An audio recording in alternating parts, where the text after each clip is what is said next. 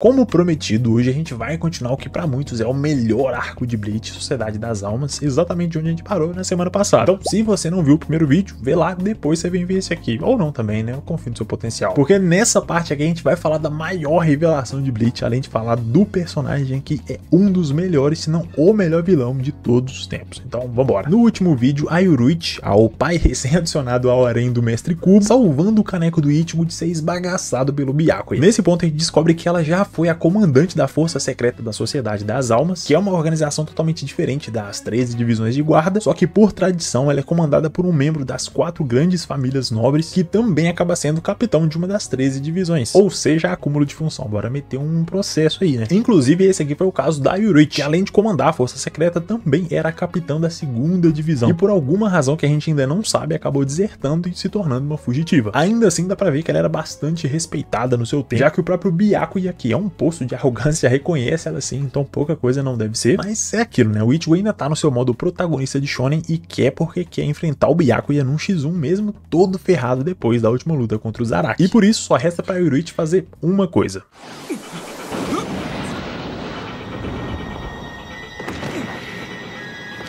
Tudo porque ela sabia que o Ichigo, apesar de forte, ainda não estava pronto para essa luta. E promete que vai treinar ele e em 3 dias ele vai voltar para enfrentar o Byakuya. Aqui a gente também descobre porque ela tem esse apelido de Deusa do Relâmpago, com ela deixando o Byakuya completamente para trás, mesmo com o Ichigo nas costas, o que deixa todo mundo bem impressionado, inclusive um novo capitão muito importante, Joshiro Ukitake, da 13ª divisão, justamente o esquadrão que a Rukia fazia parte. Ele provavelmente é o que mais passa essa sensação de ser um cara muito gente boa ali, lado a lado com o Kyoraku, e a gente vai ver mais pra frente que isso não é só uma impressão, tanto que nesse arco ele tá sempre mediando as situações, tentando entender o lado de todo mundo, fazer o melhor possível pra ajudar. Até a Rukia, que no momento era uma prisioneira condenada, ele tava tentando ajudar, a ponto de prometer pra ela que ia apelar pros superiores pra tentar uma sentença diferente, ou talvez até a liberdade. Ou seja, a gente ainda vai ver muita coisa sobre ele. Mas enquanto isso, tem outra coisa acontecendo que é bem importante da gente comentar. O Randy, que tinha sido preso depois de perder pro Ichigo, recebe uma visita do espírito das suas Zanpakuto, Zabimaru. E ele chega lá já botando pressão pro Randy melhorar logo e voltar a lutar, porque ele queria enfrentar a Zangetsu de novo. Só que o Randy diz que o Ichigo não é mais o seu inimigo, que as coisas mudaram, justamente por ter visto o quanto o Ichigo também se importava com a Rukia, a ponto de enfrentar Deus e o mundo por ela. E essa cena me chamou bastante atenção, porque foi a primeira vez que a gente viu com tanto detalhe a forma espiritual de uma Zanpakuto, ainda mais diferente desse jeito, com um corpo de barbuíno branco, com cauda de serpente. E pesquisando eu descobri que tem uma criatura bem parecida na mitologia japonesa que deve ter servido de inspiração pro Kubo. Esse aqui é o Nui, um yokai, uma espécie de espírito lendário que tem uma aparência bem próxima do Zabimaru. E esse design tão diferente me fez pensar como deve ser a aparência dos espíritos das outras Zanpakuto, dos outros capitães. Porque se os capitães em si são tão diferentes, imagina as espadas deles. Lá ele, né? Lá ele. Bem lá ele. Isso.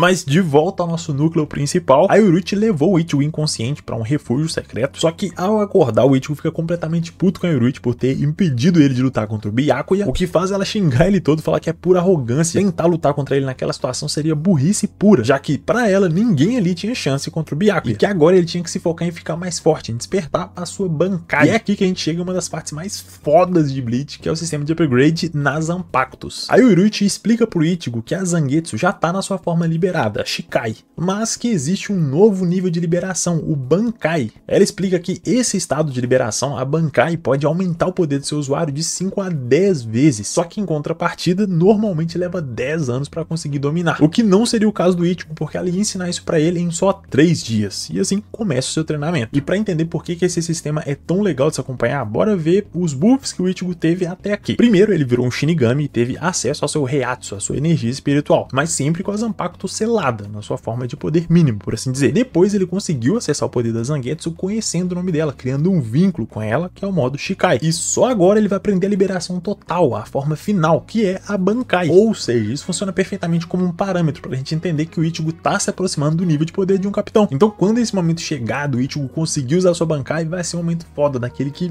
você vê e nunca mais esquece. Isso sem falar na expectativa que isso cria na gente, da gente ficar pensando, pô velho, como deve ser a Bankai daquele capitão e daquele outro, nossa, deve ser muito foda. foda. O Kubo sabe como criar hype, velho, não tem jeito. Agora, do outro lado da cidade, a gente vê o Uryu e a Orihime tendo que lutar simplesmente com ninguém mais, ninguém menos que o Ronaldinho Gaúcho do Castelo Rá-Tim-Bum. Pois é, esse aqui é o Capitão Mayuri Kurotsuchi da 12ª Divisão. Ele é um pesquisador naquele estilão de cientista maluco, que claramente não bate muito bem das ideias, é meio sádico e cruel, a ponto de ver todo mundo como cobaias para suas pesquisas. Tanto que ele explode os seus próprios homens para tentar capturar a Orihime e usar ela nos seus experimentos, o que vai saber o que significa na prática. Isso obviamente deixa o Uryu puto e faz ele partir para cima do capitão. E é durante essa luta que a gente conhece um pouco mais sobre o passado do Uryu e como os Quincy estão praticamente extintos hoje em dia. Já que o Mayuri começa a falar que no passado ele já fez muitos e muitos experimentos com os Quincy a ponto dele não ter mais interesse mais nessa espécie. Era ele quem subornava os Shinigamis para demorarem a atender os chamados dos Quincy no mundo dos vivos, e com isso o Mayuri conseguia vários deles para poder torturar e fazer os seus experimentos bizarros. E como se não bastasse, ele conta que o último deles era um velho que ficou o tempo todo implorando desesperadamente pelo seu neto. E quando o Mayuri mostra uma foto desse homem, o Uryu reconhece o seu avô. Nesse ponto, o Uryu fica completamente fora de si e decide usar uma técnica que ia dar para ele muito poder, mas em troca ia cobrar um preço muito alto, já que depois de ativar essa habilidade ele nunca mais ia poder usar os seus poderes Quincy. Uma troca que nesse momento ele estava totalmente disposto a fazer para honrar os seus antepassados Quincy. A partir desse ponto ele fica muito mais forte, a ponto de destruir o braço do Mayuri com um único disparo, que faz o capitão liberar sua Bankai, uma criatura gigante, bizarra, que libera um gás venenoso super tóxico, que não parece ser tão resistente assim, já que o Ryu consegue acertar o Mayuri mais uma vez, acabando com seu tronco e desativando a sua Bankai. Nesse ponto o Mayuri fica à beira da morte, se transforma em líquido e escapa, deixando o Ryu lá envenenado, o que faz a gente pensar que o Mayuri é fraco demais para ter perdido pro Ryu assim, até porque o Ichigo penou para lutar contra um capitão e quase morreu para isso. Tudo bem que era o Zaraki, né, mas mesmo assim, pro Ryu chegar agora e vencer um cara de boa, é no mínimo estranho. E isso é um sentimento bem comum enquanto a gente tá vendo Bleach, porque realmente parece que o nível de poder dos personagens é meio bugado, às vezes é meio confuso, difícil de entender, principalmente por conta do Ichigo, que tem uma variação de poder bem grande. Às vezes tá muito forte, depois fraco demais, forte de novo, vira um deus, depois um cara normal e por aí vai. Mas depois a gente fala disso com calma, até porque é um assunto bem complicado. Por enquanto, bora voltar pro Ryu, que aqui ainda rola umas coisinhas interessantes. Enquanto ele tá lá à beira da morte por conta do veneno, a tenente do Mayuri decide ajudar, dando pra ele o antídoto, como forma de agradecimento por não ter matado o seu capitão. O que inclusive dá uma sensação de tá rolando um mini romance ali, alguma coisinha ali entre os dois, sei lá, um climinha. Eu vi muita gente chipando os dois e sinceramente eu acho que combina, porque pô, o Ryu merece, velho, coitado. Pena que depois de tudo isso, o que ele consegue é só um box de um capitão novo, Kanami Tosen da 9ª Divisão. O cara apanhou de maluco cego, mano, na moral. Enquanto isso, o Ichigo tá lá no seu treinamento intensivo pra despertar a Bankai em só 3 dias, usando esses papagaios esquisitos da Yoruichi. Bom, pelo menos aqui na minha região a gente chama de papagaio, né? Já ouvi falar altos nomes estranhos, tipo Arraia, Pipa, Cuíca, não sei, né? Então comenta aí como que isso é chamado na sua região, bora ver quem tem um nome mais estranho. Por sorte, a Yoruichi disse que aquela luta contra o Zaraki deu uma adiantadinha boa no processo e que o Ichigo já tava ali mais ou menos no meio do caminho pra manifestar sua Bankai, o que não quer dizer que ia ser fácil, já que o Zangetsu mais uma vez apareceu pra testar o Ichigo. Nesse ponto ele cria dezenas, talvez centenas de espadas idênticas à sua e explica que só uma representava o verdadeiro Zangetsu e que o Ichigo precisava encontrar essa espada e usar ela pra derrotar o Zangetsu antes do tempo acabar. Nesse meio tempo, o caos continua se espalhando pelo Sereitei, com todo mundo tentando conter a invasão e descobrir quem matou o Aizen, ao mesmo tempo que algumas pessoas importantes também começam a agir diferente. O Kenpachi, que ainda estava machucado depois daquela luta contra o Ichigo, e decide ajudar a Orihime a chegar até ele, tudo porque, claro, né, ele quer sentir aquele gostinho da luta contra o Ichigo de novo. Não tem jeito, o Zaraki é doido. E por fim, mas não menos importante, Momo, aquela tenente do Aizen que surtou e atacou o Ultimaru. Ela foge da prisão e vai atrás daquela carta que o Aizen estava escrevendo para ela antes de morrer, já que nela ele supostamente conta tudo que tinha descoberto sobre essa conspiração que tá rolando no Sereitei e até sobre quem era o seu assassino. Nessa carta ele dizia que a execução da Rukia não era por justiça, e sim parte de um plano muito maior para destruir a Sociedade das Almas, e o responsável queria usar o poder da Sokyoko para isso, já que essa lâmina gigante supostamente tem o poder de 1 milhão de Zanpakutos, o que sinceramente é meio difícil de acreditar logo de cara, então talvez seja só uma história passada de geração em geração, ou talvez seja verdade, né, vai saber. O ponto é que essa carta também revelou para Momo quem era o responsável, o grande arquiteto por trás disso tudo, e consequentemente o assassino do Aizen, Toshiro Hitsugaya, o capitão da 10ª Divisão. Claro que isso é uma surpresa pra todo mundo, até porque ele sempre pareceu ser um cara gente boa, que gostava das pessoas, principalmente da Momo. Então pra ela é meio difícil de acreditar, mas ela acredita, até porque é o seu capitão, que ela tanto admirava, que tava falando aquilo logo antes de morrer. Então de quebra, além disso ser um plot twist que ninguém esperava, meio que tira a culpa do Itimaru, que era o maior suspeito de todo mundo. Inclusive nesse ponto da história a gente vê um flashback dele bem mais jovem, encontrando a Hangiko, a tenente comandante da 10ª divisão e cuidando dela.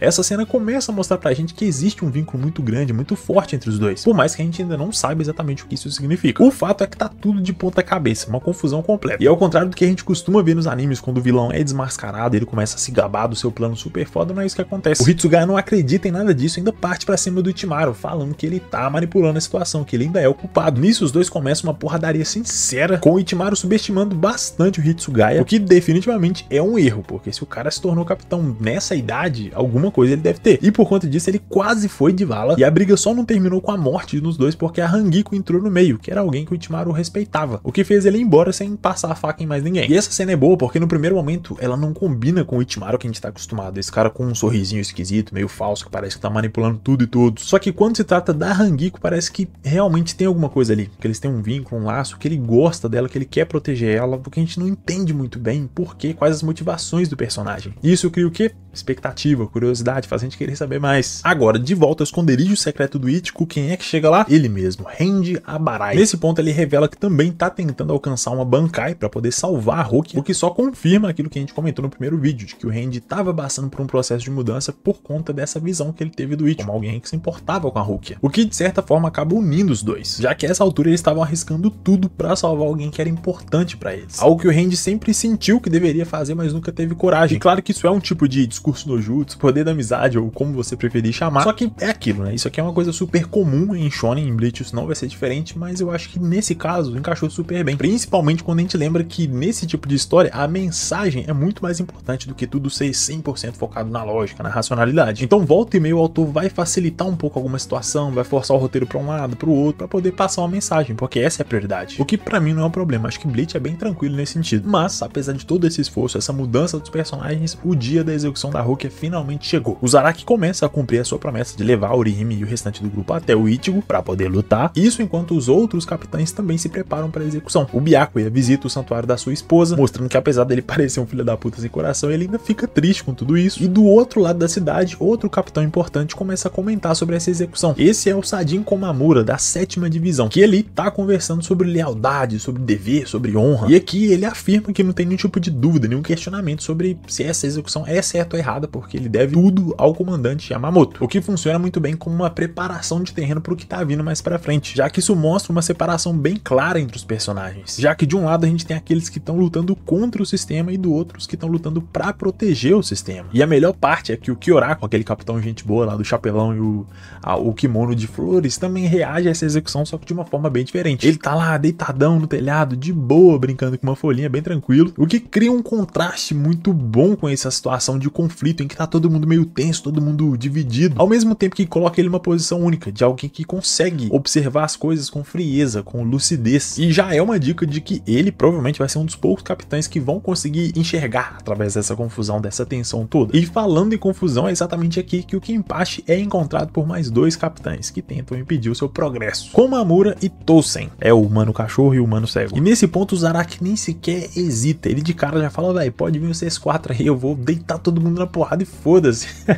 O cara é brabo, não tem jeito. Nesse ponto o Tousen libera a sua Shikai, acertando o Zaraki com centenas de lâminas ao mesmo tempo, enquanto o Komamura também faz o seu ataque. Só que quando a poeira baixa, o esperado acontece, né? O Zaraki tá lá, de pé, rindo, com aquele monte de lâmina fincada no corpo, o que exemplifica muito bem a personalidade do Zaraki. É aquele cara que mesmo machucado não tá nem ele é insano, ele é louco, ele quer a diversão, o furdunço, ele quer a bagunça mesmo. E até por isso eu acho que essa escolha de colocar o Tousen e o Komamura pra lutar com ele foi tão boa, porque os dois são aqueles caras mais serião, mais sisudo, que fala, não, velho, tem que fazer o que é certo, seguir as leis, enquanto o Zaraki tá nem aí pra porra nenhuma. Em paralelo, a gente vê o Ichigo lá treinando, enfrentando os Zangetsu no seu treinamento Bankai, e nesse ponto a gente vê a Yuruchi fazendo um comentário bem interessante. Ela diz que não duvida nem um pouco que o Ichigo vai conseguir liberar sua Bankai, justamente porque algumas criaturas já nascem sabendo o que elas têm que fazer, mesmo sem entender o porquê. Ela fala, os humanos nascem sabendo andar, o que não é verdade, mas enfim. Os pássaros nascem sabendo voar, os peixes sabem, meu Deus, os peixes nascem sabendo nadar, e o Ichigo sabe sabe que pode alcançar a sua Bankai. O que é uma frase que combina muito bem com todo esse trecho, todo esse momento do arco, que é sobre instinto. Todo mundo ali tá seguindo seus instintos, a sua natureza interior, a sua vontade de lutar pra alcançar algo maior. Principalmente quando a gente para pra pensar que esse treinamento do Ichigo sobre encontrar qual é a espada certa, não é sobre habilidade, sobre poder, e sim sobre instinto, sobre confiar nos próprios sentidos, sobre fortalecer o vínculo dele com a Zangetsu. Agora, pra liberar a Bankai, ele precisava passar a ver a Zangetsu não como algo externo a ele, e sim que ele era Zangetsu e a Zangetsu era ele. Tudo parte de um todo, peças de um conjunto maior. O que conversa muito bem com aquele tema que a gente viu lá na luta do Ichigo contra o Zaraki no primeiro episódio, já que o tempo todo era mostrado esse paralelo do cara que luta sozinho contra o que luta com os laços, os amigos, a Zangetsu. E é por isso que esse sistema de upgrade é tão bom, porque não é só uma mudança de cabelo, uma transformação diferente, realmente tem um significado, um simbolismo filosófico por trás, e isso deixa tudo muito mais foda. Esse é um processo do Ichigo amadurecendo, se tornando alguém mais consciente de quem ele é e quem ele precisa se tornar. Então é muito bom, muito satisfatório ver a forma com que o Kubo conseguiu juntar essas duas pontas para criar algo tão bom no mesmo personagem. Nesse meio tempo, o foco sai um pouco do Ichigo e muda pra Ruki, já que a execução dela tá quase pronta para ser feita, e os capitães começam a chegar no topo daquela colina com um ar super sério, como se ali fosse o local onde a ordem, a justiça, a moralidade vai ser cumprida. O que, de certa forma, do ponto de vista deles, é o que tá acontecendo. Todo mundo ali tá fazendo o que faz porque acha que esse é o caminho certo. Mas é como diz, né? De boa intenção o inferno tá cheio. E por isso não tem muito o que fazer, a porradaria vai começar. A primeira grande batalha que a gente precisa comentar nessa reta final é a do Randy contra o Byakuya. Depois de completar o seu treinamento, ele sai correndo pra tentar impedir a execução da Ruki, só que pra isso, primeiro ele tinha que derrotar o Byakuya, o seu capitão, a figura de autoridade que ele tanto respeitava e admirava. Só que agora, pela primeira vez, ele estava enfrentando o sistema, enfrentando o seu próprio capitão, colocando o laço dele com a Ruki acima de tudo. E assim que a luta começa, o Randy libera a sua Shikai para tentar aumentar suas chances de vencer, o que no primeiro momento parece que vai trazer algum resultado, mas não é o que acontece, já que o Byakuya consegue bloquear e esquivar dos ataques sem nenhum esforço. E de certa forma, esse também é um tema para essa luta. De um lado, a nobreza, alguém frio, distante, centrado, e do outro, um plebeu, alguém cansado, esforçado, suado, sujo, que tá dando tudo de si para alcançar uma posição melhor numa sociedade injusta. O que fica ainda mais claro com a indignação do Byakuya, de ver alguém inferior a ele na hierarquia desafiando seu capitão. Nesse ponto, qualquer ilusão de vantagem que o Randy tinha acaba. A técnica do Byakuya consegue ser bonita e poderosa, letal ao mesmo tempo. Ela é delicada e precisa, totalmente diferente dos ataques da Zabimaru, que é muito mais selvagem, instintiva. Mais uma vez colocando na mesa esse contraste entre instinto e racionalidade. E é exatamente nesse ponto que o Randy decide mostrar o que ele alcançou no seu treinamento, a Bankai. Zabimaru. Pra mim, essa é uma das melhores Bankais que a gente viu até aqui, não porque ela é mais forte ou mais bonita, nada disso, e sim porque ela tem um impacto emocional muito grande. Quando o Randy fala Bankai, cara, não tem como não se arrepiar. Fora que a partir daqui a luta ficou muito mais pegada, e até chegar a parecer que o Randy tem alguma chance de vencer o Byakuya, pelo menos até ele decidir liberar sua própria Bankai.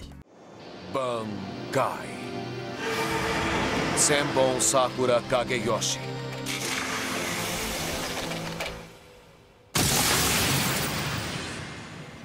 A revolta do Randy contra o sistema, tentando salvar a Rukia, colocando ela acima da hierarquia, tinha acabado. O Byakuya, como esperado, consegue vencer, só que nesse ponto alguma coisa mudou nele. Parece até ter algum tipo de respeito, por mais que ele não diga nada. Um detalhe que me chamou bastante atenção nessa segunda parte do arco da Sociedade das Almas é como o Byakuya tá sendo mostrado pouco a pouco mais como um humano e não como aquele cara escroto pra caralho, super arrogante, frio de antes. E esse aqui vai ser só o começo de uma longa trajetória pra gente passar a gostar dele. Enquanto isso, a batalha do Zaraki contra o Tosen com o Mamura tá rolando a todo vapor. Ele tá mostrando uma força absurda, bloqueando os ataques tudo de uma vez, rindo das regras, da hierarquia, de tudo, tá tocando terror. Isso leva o Tosen a ativar sua Bankai, e sim, esse trecho é só Bankai em cima de Bankai, o que tira todos os sentidos do Zaraki. Visão, audição, olfato, até a percepção de reatos, tudo pra tentar conter aquela besta, aquele animal que era o Kenpachi. Mas é foda, né? Só porque o cara é cego, a Bankai dele é deixar os outros cegos. Tipo, bem, esse Kubo tá tirando também.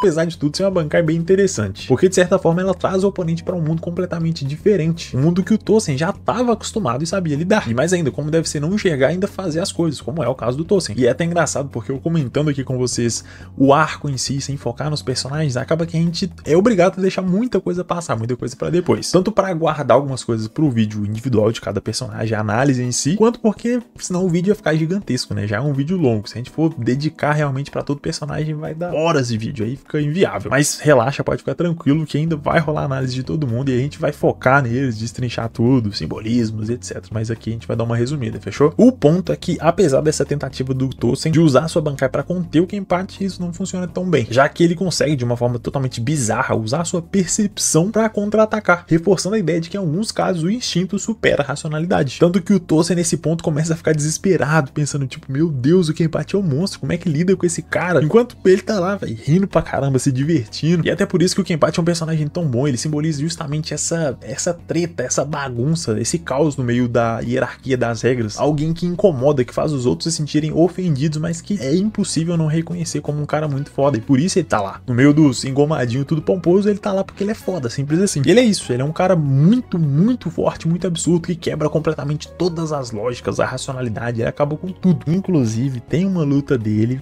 falando em quebrar a realidade, tem uma luta dele nos arcos daí pra frente aí que puta que pariu, velho. Nossa, eu não vou falar nada aqui não, mas quem sabe, sabe. Quem sabe, sabe.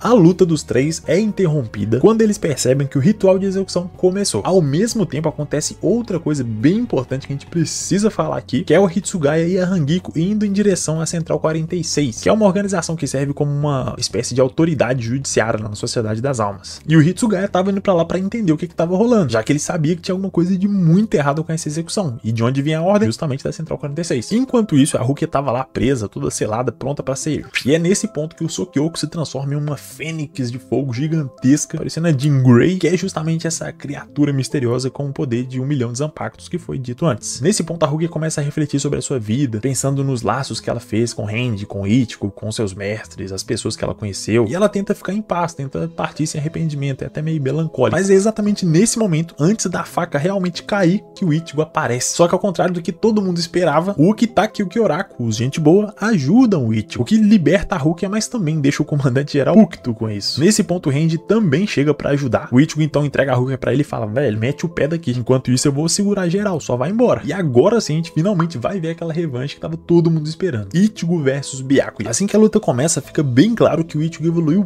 muito, já que ele consegue bloquear os ataques do Byakuya. Isso faz o Byakuya perguntar pro Ichigo por que ele continuava insistindo, tentando ir contra as regras, salvar a Rukia, que era uma condenada, sendo que pro Ichigo fazer essa pergunta não tinha o menor sentido, já que eles são irmãos, era o Byakuya quem devia estar tentando salvar ela, não ele. O que leva o Byakuya a dizer que agora só existe um caminho, um jeito de resolver a situação. Ele vai matar o Ichigo e executar a Rukia. A essa altura o Sereitei virou um caos completo. Todo mundo lutando contra todo mundo, é uma putaria absoluta. Tudo por conta de 5 malucos motivados e um gato. Tem até uma luta que eu sinceramente não esperava ver, mas aconteceu e foi boa, que foi a do Yamamoto contra o Kyoraku e o Ukitake. O que não foi bem uma luta, mas ainda assim foi muito boa. Nesse ponto os dois já tinham fugido na maior velocidade possível, tentando evitar o confronto, a ponto da Nanao, que era tenente, mal conseguia acompanhar. Só que assim que eles param, achando que a distância já estava boa, isso aqui acontece. O Yamamoto simplesmente estava lá, sentado esperando eles chegarem, só para deixar muito claro que ele não era só mais rápido, ele era muito mais rápido. Nesse ponto o Yamamoto começa a falar que os dois sempre foram especiais. Desde a época que eles eram jovens, eles já tinham muito destaque, cada um com as suas diferenças, suas forças e fraquezas, mas sempre juntos. Tanto que o Yamamoto diz que os dois juntos eram simplesmente incomparáveis. Ou seja, aquela impressão que a gente teve lá no começo de que de alguma forma os dois estavam conectados e eram parecidos em importância e força, estava certo, não era só uma impressão. Já que eles são praticamente irmãos, os dois filhos do Yamamoto, mas eles estavam quebrando as regras, indo contra o sistema que o Yamamoto tanto defendia. E por isso, estava na hora da luta começar. O Yamamoto quebra aquela bengalinha do Mestre Kami e tira de lá de dentro uma Zanpakuto. E nesse ponto ele até diz que aqueles dois sempre foram ambiciosos e esforçados, isso nas palavras dele. Tanto que eles treinaram muito para se tornarem os primeiros capitães, justamente no grupo que o Yamamoto fundou. Ou seja, aqui a gente tá diante dos 3 Shinigamis mais importantes de todos, 3 dos mais fortes também. Então não tem jeito dessa luta não ser boa. Tanto que quando ele ativa a sua Zanpakuto e começa a ser um fogo absurdo, dá pra ter uma boa noção do quão forte ele é. E essa relação dos dois, o vínculo entre eles é tão forte que até a Zanpakuto deles é parecida. É dito pelo Yamamoto que eles são os únicos que têm Zanpakutos de lâmina dupla em toda a Sociedade das Almas, o que ele mesmo reconhece como sendo magnífico. Nesse meio tempo a gente vê o Zaraki de boa, depois de lutar contra 2 capitães ao mesmo tempo. O cara é brabo, não tem jeito. E como se já não fosse lutou bastante pra gente acompanhar, tem mais uma, da Uruti com a Capitã Suifeng, justamente quem herdou seu posto como líder da Força Secreta. Aqui elas começam a falar sobre o passado que elas tiveram, como a Uruti sempre foi a mestra da Suifeng, a sua ídola. E assim como o Randy tinha todo aquele ressentimento pela Rukia lá no comecinho, a Suifeng também tinha pela Uruti, já que ela se sentiu abandonada quando a sua mestra foi embora sem dar nenhuma explicação. E a batalha das duas é muito boa, principalmente pela velocidade, que é o ponto forte delas. Então chega num ponto que a luta parece Dragon Ball, só as luzinhas piscando na tela, porque claro, termina com uma vitória da Uruti, mostrando que apesar de anos terem se passado, ela ainda era a pica das galáxias. Agora, de volta ao nosso protagonista, o Ichigo tava lá dando uma carga absurda pro Byakuya, o que ele nunca, jamais imaginaria. Só que nesse ponto, o Ichigo percebe que o Byakuya tá subestimando a sua força e começa a exigir, insistir pro Byakuya usar sua Bankai, o que ele aparentemente não vê necessidade, já que o Ichigo não é capaz de enfrentar ele totalmente naquela situação. Mesmo assim, a insistência do Ichigo faz o Byakuya chegar cada vez mais perto de mudar de ideia, principalmente quando ele concentra sua Reiatsu e dispara um Getsuga Tensho massivo, sinistro contra essas pétalas do Senbon Sakura. E pode acreditar, a gente vai ouvir muito esse ataque, muito mesmo. O Getsuga Tensho é tipo o Rasengan do Ichigo, tá ligado? Mas é aquilo, né? Se ele usa tanto é porque é bom e funciona. Tanto que o ataque atravessa o Senbon Sakura e acerta o Byakuya, deixando ele meio atordoado com a situação. E é exatamente nesse ponto que o Byakuya decide liberar sua Bankai.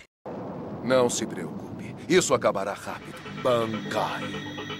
Senbon Sakura Kageyoshi. A partir desse ponto, o Byakuya ganha muita vantagem sobre o Ichigo, que continua disparando vários Getsuga Tensho, mas nenhum deles parece ter tanto efeito quanto antes, já que o Byakuya tem um controle ridículo da sua técnica. Isso faz o Ichigo finalmente admitir que ele não poderia vencer o Byakuya sem uma Bankai, só usando a sua Shikai. E por isso, nesse momento, ele revela que alcançou sim a sua própria Bankai, tudo pela sua necessidade, o seu dever de proteger a Rukia e superar o Byakuya. Nesse ponto, ele concentra toda a sua Reiatsu ao redor do seu corpo, gerando uma massa de energia gigantesca. E apesar do Byakuya não acreditar nessa possibilidade do Ichigo ter alcançado a Bankai tão rápido em só 3 dias, sim, senhoras e senhores, ele conseguiu. Aqui a gente tem a cena que provavelmente é a mais foda do arco inteiro. Bankai.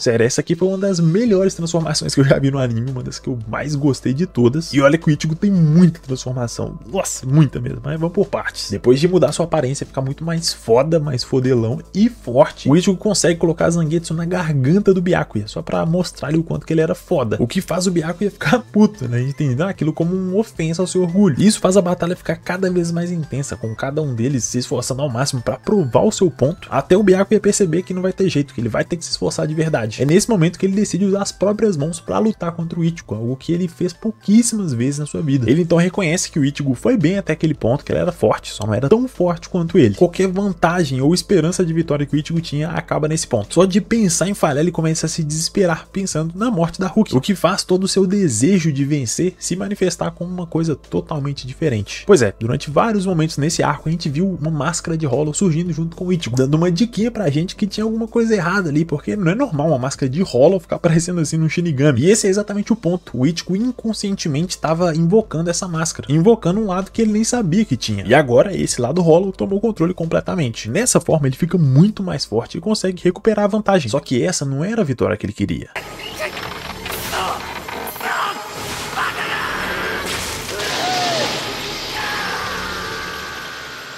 E agora sim, como aconteceu contra os Araki, os dois não tinham mais como continuar lutando e precisavam terminar tudo no último ataque. O Ichigo então pergunta por que o Byakuya não se importava com a Rukia, por que deixar ela morrer? Só que o Byakuya propõe um acordo: se você vencer, eu te respondo a sua pergunta. O que, sinceramente, na hora que eu vi, me deixou meio desconfiado com essa fala do Byakuya. Porque assim, é uma luta final, onde eles tecnicamente vão dar tudo de si pra vencer, por mais que isso mate o oponente. Até aí, tudo bem, é uma luta final, é isso mesmo, tá valendo. Só que esse acordo meio que impediu o Ichigo de matar o Byakuya, porque senão ele não ia ter resposta. Então, sei não, viu? Acho que o Byakuya foi meio fanfarrão nessa aí, mas ok, vamos deixar passar. Até porque tem outra coisa bem legal pra gente comentar. No vídeo passado eu comentei que o Kubo parece usar o Randy como uma autocrítica de Bleach. Ele mesmo usou as coisas que acontecem, as conveniências do roteiro, as falhas e por aí vai. Só que aqui, como o Randy tava de folga, o Kubo vai lá e usou quem? O Ichigo. Shukei. Hakuteiken. Lamento desapontá-lo, mas não tenho nada surpreendente que se compare com então um único truque que me sobrou agora é comprimir toda a minha energia espiritual num ataque final. Mano, eu sinceramente gostei muito dessa cena porque ela é muito honesta. É como se o próprio Kubo estivesse falando, ó, rapaziada, infelizmente eu não vou ter mais nenhuma transformação pra usar agora no nosso humano Ichigo, então vai ter que ser esse mesmo. E é isso. Isso sem falar que visualmente ficou muito foda esse paralelo, esse contraste. Porque o protagonista, que teoricamente é o lado do bem, tá lá todo de preto, com o seu poder das sombras, enquanto o antagonista tá todo de branco. A luz, a justiça, o que é bem interessante. Cada um lutando pelo que acredita, disposto a sacrificar tudo pelo seu ideal. Mais uma vez, o Ichigo parece ter saído pior da luta. Só que o Byakuya também tinha sido atingido. A Zangetsu conseguiu quebrar sua espada, e por isso ele decide responder a pergunta do Ichigo sobre o porquê dele não tentar salvar a Rukia.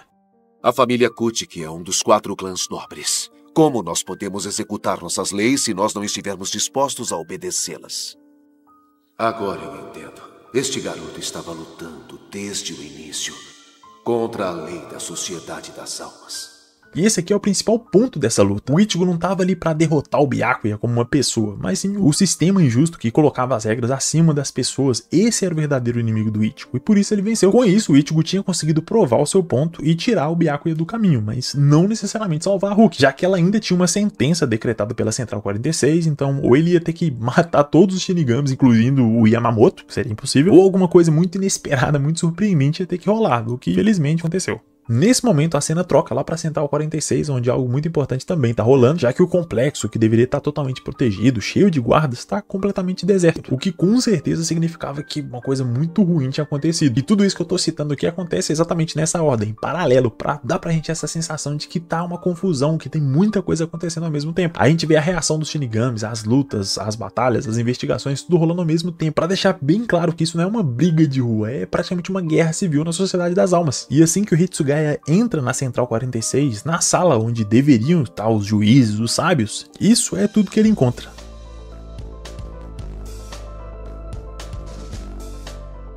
Pelo estado dos corpos, já tinha muito tempo que eles tinham sido mortos, o que significava que todas as decisões tomadas naquele período não foram tomadas pela Central 46, e sim pela pessoa responsável por essas mortes. Imediatamente todo mundo pensa em quem? Ichimaru. E ele até aparece lá, levando a Momo pra parte mais interna, pra encontrar uma pessoa muito importante, alguém que queria conhecer ela. E é aí que vem a grande revelação. Do fundo do meu coração, obrigado e adeus.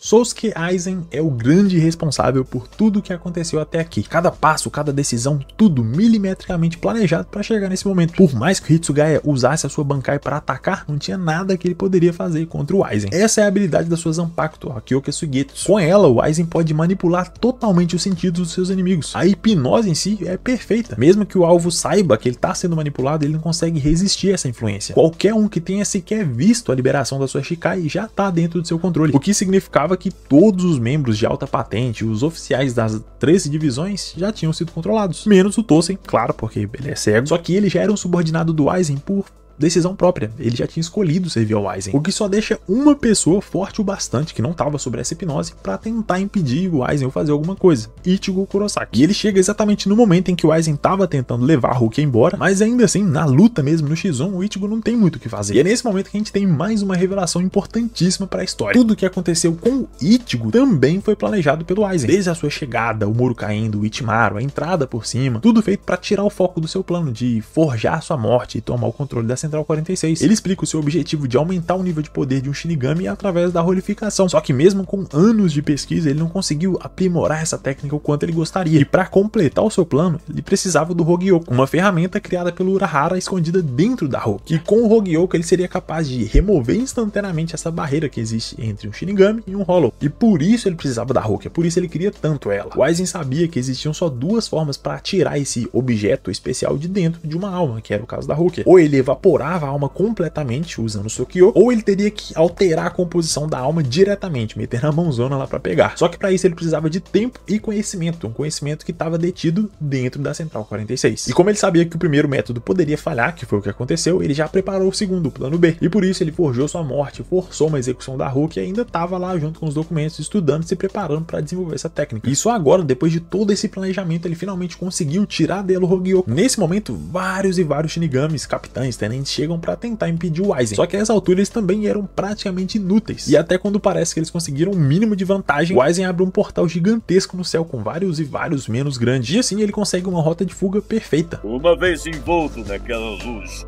é impossível interagir dentro ou fora. No momento em que a luz caiu sobre Sosuke Aizen, se tornou totalmente impossível nós o alcançarmos.